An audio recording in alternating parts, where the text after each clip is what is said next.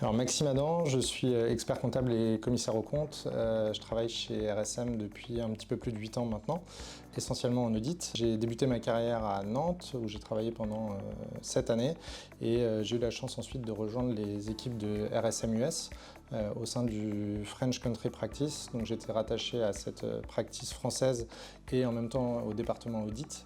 Et donc notre but était d'accompagner les entreprises françaises ou francophones dans leur développement en Amérique du Nord, États-Unis ou Canada principalement.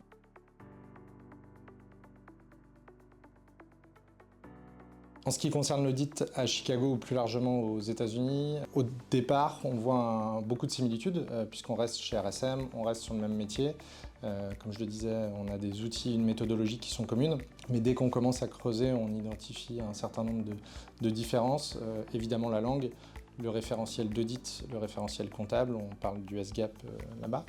Et puis d'autres aspects qui sont plus culturels.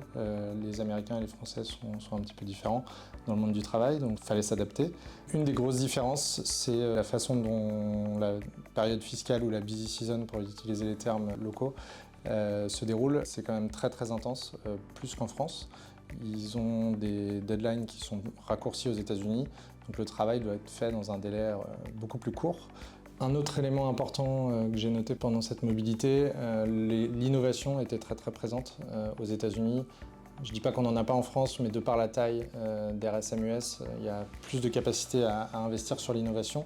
C'est le pionnier au sein du réseau RSM dans tout ce qui est test de nouveaux logiciels ou nouvelles solutions d'intelligence artificielle notamment.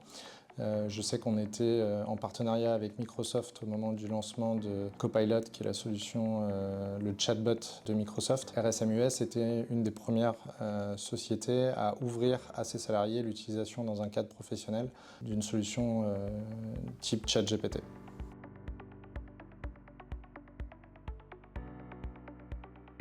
Je dirais que j'ai eu la chance de vivre une expérience très enrichissante sur le plan personnel et professionnel. C'était certes challengeant, mais en même temps le tout dans la bienveillance et ça m'a vraiment fait grandir, donc c'était une belle expérience.